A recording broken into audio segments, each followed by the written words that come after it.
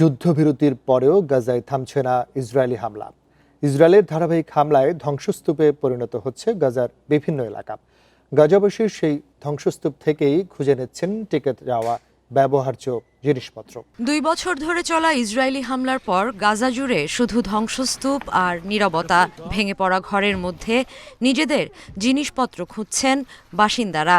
যুদ্ধবিরতির পর গাজাবাসীর জীবন স্বাভাবিক করার বদলে নানা অজুহাতে গাজায় হামলা চালাচ্ছে ইসরায়েল।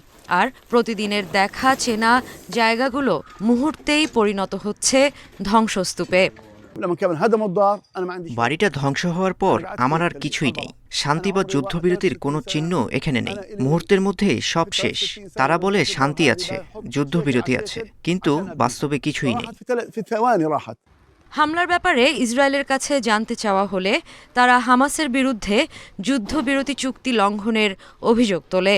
অন্যদিকে হামাসও একই কারণে অভিযুক্ত করে তেল আবিবকে।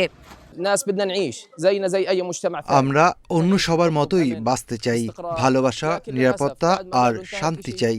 তারা বলে সব শেষ, কিন্তু আমরা দেখছি ছোট ছোট অজুহাতে তারা আরো শক্ত আঘাত করছে। আলোচনার টেবিলে গাজায় যুদ্ধবিরতি চললেও ইসরায়েল ও হামাসের টানাপোড়েনে বিপর্যস্ত গাজাবাসী। এমন পরিস্থিতিতে ধ্বংসস্তূপের মাঝেই জীবনকে নতুন করে গোছানোর চেষ্টা করছেন তারা। গত কয়েক বছর ধরে ইসরায়েলের হামলায় প্রাণহানি আর ক্ষয়ক্ষতি দেখে দেখে নির্বিকার গাজাবাসী। ধ্বংসস্তূপের মধ্যে টিকে থাকা প্রয়োজনীয় জিনিসপত্রগুলো খোঁজাই এখন তাদের কাছে সবচেয়ে জরুরি। Sadia Afrin, independent news.